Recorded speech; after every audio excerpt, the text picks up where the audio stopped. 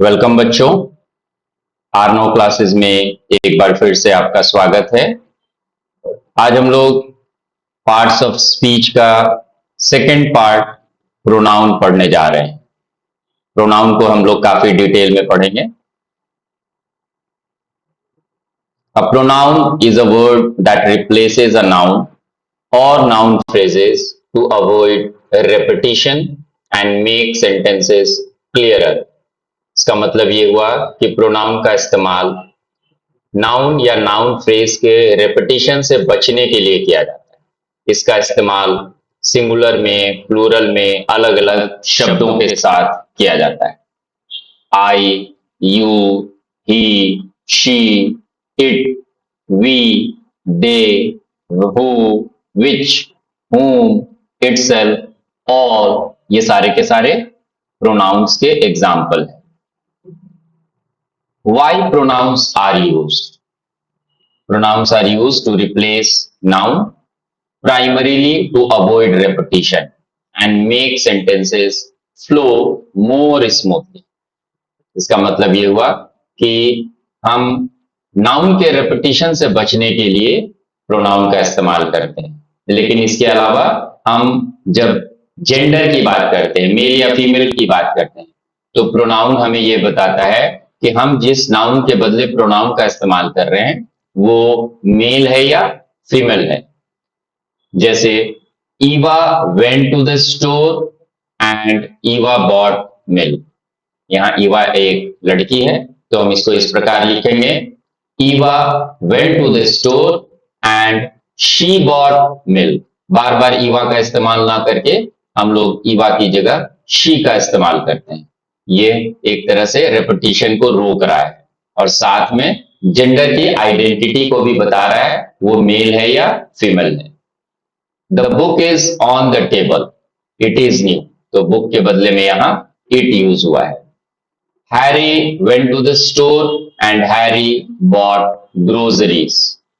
Harry एक लड़का है इसलिए हम लोग यहां पर ही का इस्तेमाल करेंगे। Harry went to the store and he bought groceries। I like him, his car is fast। तो यहां him और his जो है वो मेल के लिए इस्तेमाल हो रहा है। हमारा अगला पोर्शन है टाइप्स ऑफ नाउन। नाउन के कई प्रकार होते हैं, हम लोग एक एक करके सारे नाउन्स के बारे में पढ़ने जा रहे हैं। There are 10 types of pronoun: personal pronoun, possessive pronoun, relative pronoun, reflexive pronoun, emphatic or intensive pronoun, demonstrative pronoun, interrogative pronoun, indefinite pronoun, reciprocal pronoun और लास्ट है डमी pronoun। एक एक करके हम इनके बारे में पढ़ेंगे। Personal pronoun refers to specific people or thing। ये किसी खास व्यक्ति या वस्तु के बारे में बताता है कि वो क्या है।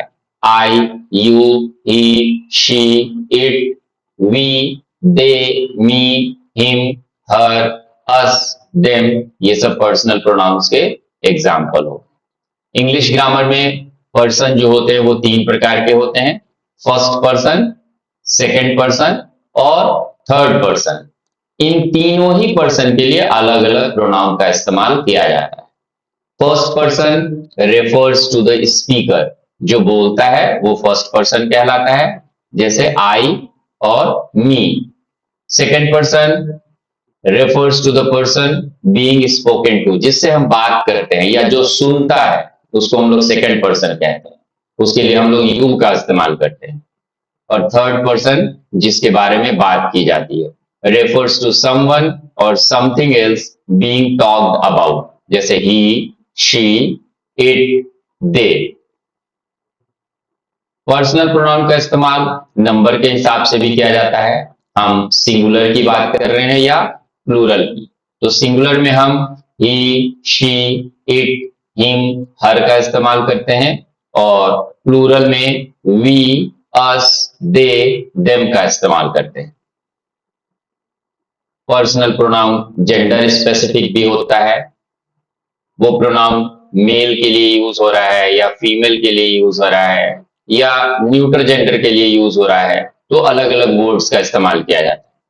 ही और हिम मेल के लिए इस्तेमाल किए जाते हैं, शी और हर फीमेल के लिए इस्तेमाल किए जाते हैं, दे, देम, देयर, अस, देम, दे, ये सारे वर्ड्स जो हैं वो न्यूट्रल प्रोनाउंस के लिए यूज किए जाते हैं।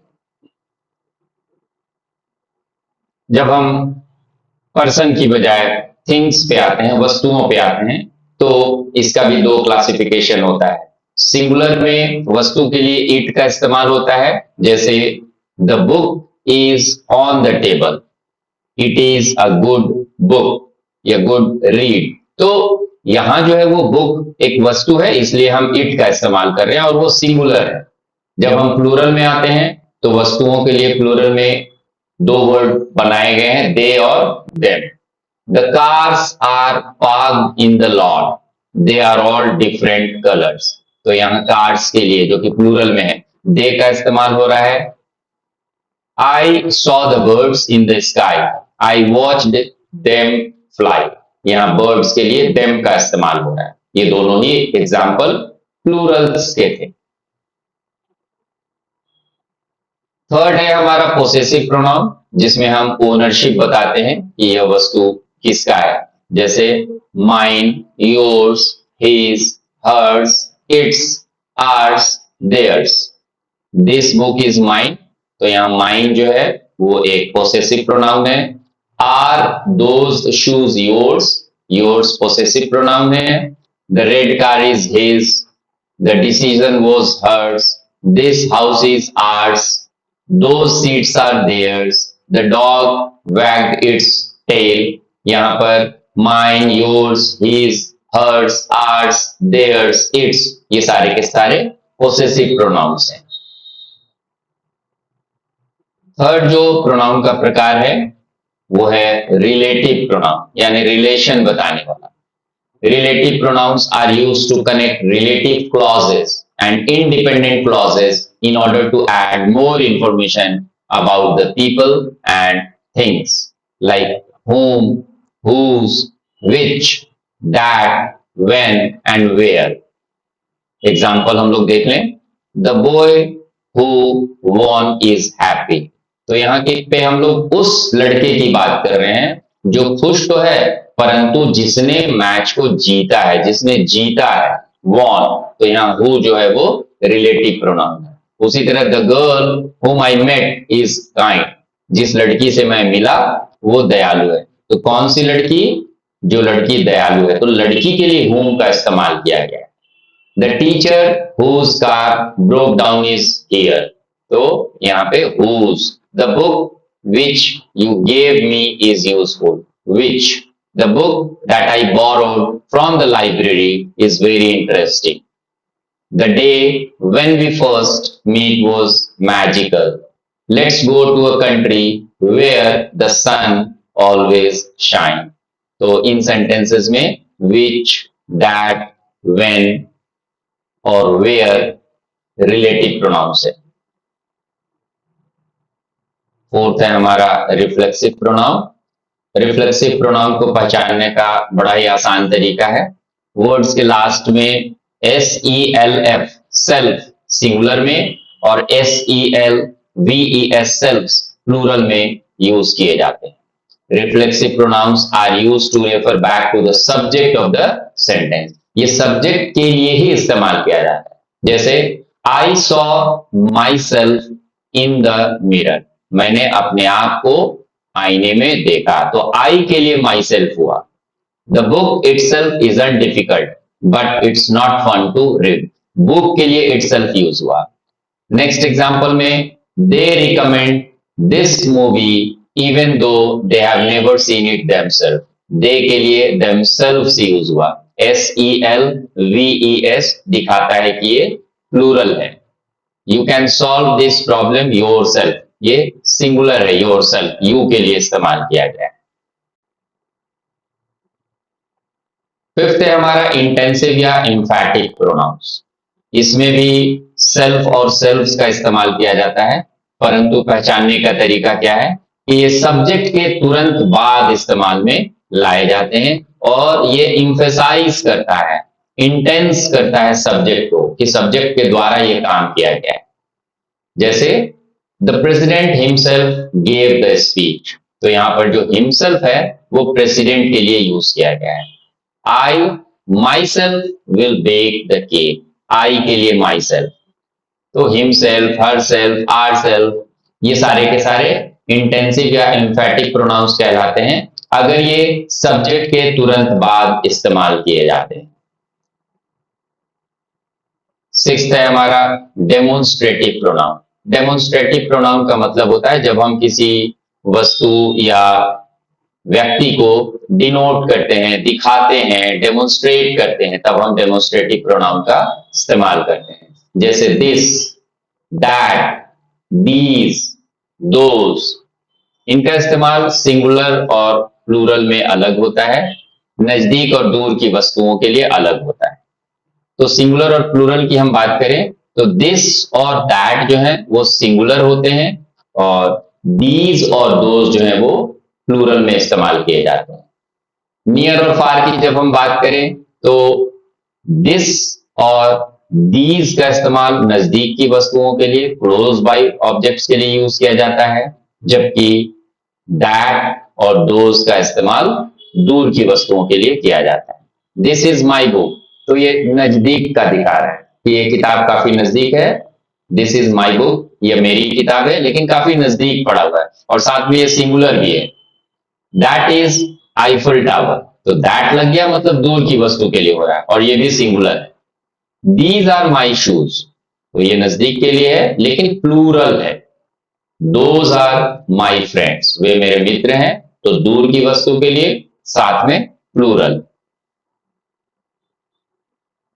डेमोन्स्ट्रेटिव के बाद आता है seventh interrogative pronoun.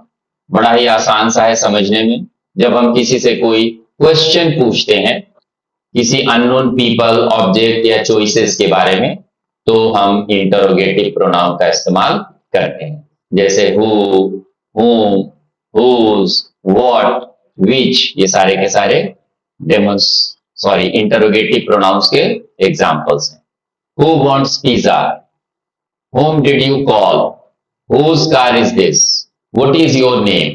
Which shirt do you like better? तो यहाँ पे who, whom, whose, what, which, ये सारे के सारे इंटरोगेटिव प्रोनाउंस के एग्जांपल्स हैं। नेक्स्ट हम लोग पढ़ने जा रहे हैं indefinite pronoun. An indefinite pronoun refers to a non-specific person, place, or things. These pronouns don't pinpoint a particular individual or object, but rather refer to a general, vague, or unknown entity. यानी कि जब हम किसी के बारे में कुछ नहीं जानते, हमें स्पेसिफिक नहीं पता है कि वो क्या है, तब उस वक्त हम इंडेफिनिट प्रोनाउन का इस्तेमाल करते हैं। सिंगुलर और प्लूरल के लिए अलग अलग प्रकार के इंडेफिनिट प्रोनाउन। सिंगुलर में हम anyone, anything, everybody, everyone, nobody, no one, nothing, somebody, someone, each, either, neither, इन सारे इंडेफिनिट प्रोनाउंस का इस्तेमाल हम करते हैं जो कि सिंगुलर है। और प्लूरल में both, few, many, several, others, all, any, some, none, ये सब प्लूरल के लिए। कुछ ऐसे भी इंडेफिनिट प्रोनाउंस है जो सिंगुलर और प्लूरल दोनों में इस्तेमाल होते हैं। वो डिपेंड करता है कि हमारा सेंटेंस कैसा है, लाइक सम, एनी, ऑल और नन। एग्जाम्पल्स में हम देखेंगे everyone is welcome to the event, तो यहाँ एवरीवन के बाद इज लगा हुआ है यानी ये सिंगुलर है। somebody left their keys on the table, यहां भी हम किसी एक स्पेसिफिक व्यक्ति की बात नहीं कर रहे हैं लेकिन सिंगुलर की बात कर रहे हैं, तो हम यहाँ पे somebody लगा रहे हैं। नथिंग इज सर्टेन, ठीक है, नथिंग क्या हो गया, सिंगुलर हो गया। मेनी अटेंडेड द कंसर्ट, तो यहाँ मेनी क्या हो गया, प्लूरल इंडेफिनिट प्रोनाउन है। ऑल आर वेलकम प्लूरल हो गया। Some like it hot and some like it cold. तो आपको सेंटेंस के मीनिंग से पता चल रहा होगा, जब हम कुछ की बात कर रहे हैं इसका मतलब हम एक से ज्यादा की बात कर रहे हैं, तो ये प्लूरल इंडेफिनिट प्रोनाउंस हो गए। नाइन्थ जो हमारा प्रोनाउन है उसका नाम है रेसिप्रोकल प्रोनाउंस।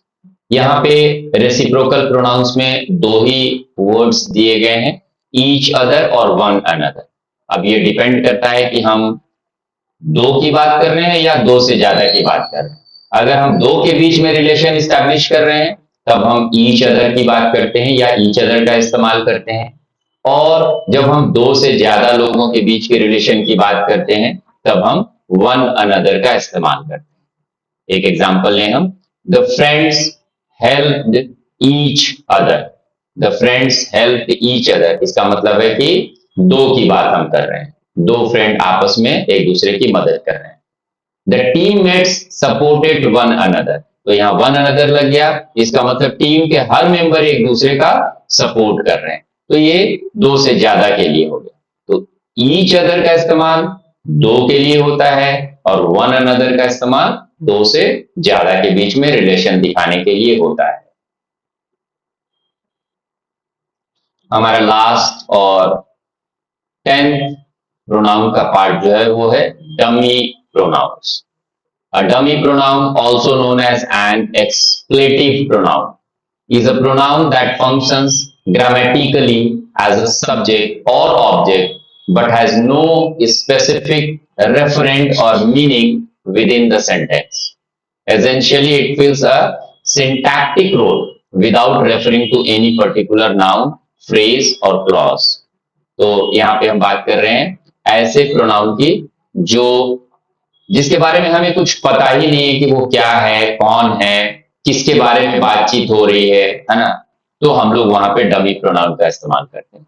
डमी प्रोनाउन के रूप में दो वर्ड्स का इस्तेमाल किया जाता है, एक इट और दूसरा देयर।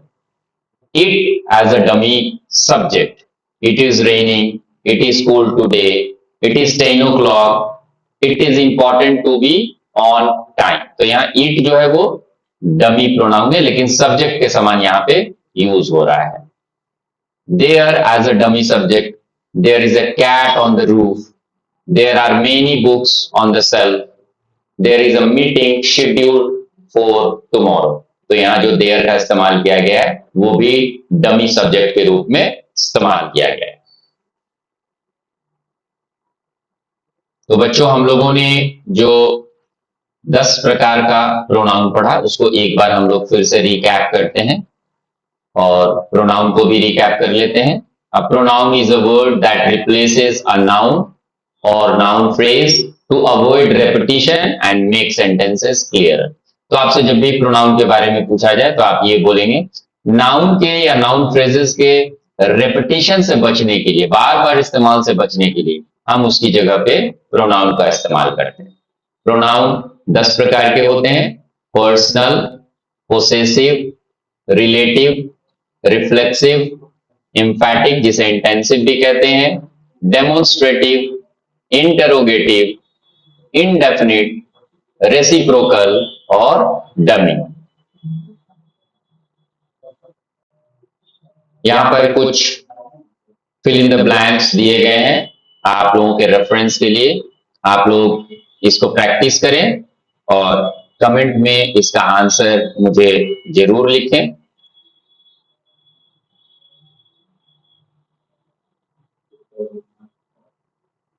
थैंक्स स्टूडेंट, आप लोग इस वीडियो को जरूर देखें और देखकर कमेंट करें, लाइक करें और सब्सक्राइब करें ताकि भविष्य में हम आपके लिए इसी प्रकार का इंफॉर्मेटिव वीडियो हमेशा बनाते रहें। धन्यवाद।